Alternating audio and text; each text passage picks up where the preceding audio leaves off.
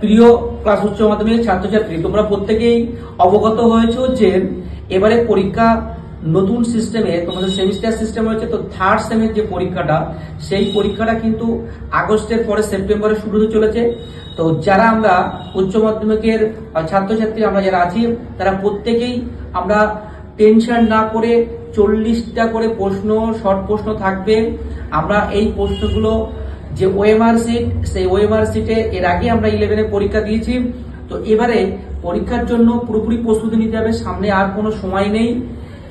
আজকের পরের থেকে আমরা প্রত্যেকেই এই প্রশ্নগুলো নিয়ে, শর্ট প্রশ্নগুলো নিয়ে বেশি করে চর্চা করব এবং প্রত্যেকটা সেটের প্রশ্নগুলো ভালো ভালো করে প্র্যাকটিস করব। তাহলে পরীক্ষার হলে গিয়ে আমাদের সমস্যা থেকে আমরা কিন্তু অনেকটাই দূরে থাকতে পারবো। আর যে মার্জিনগুলো যেগুলো গোল করবো ওএমআর সিটে, সেটা খুব সুন্দর করে ভালো করে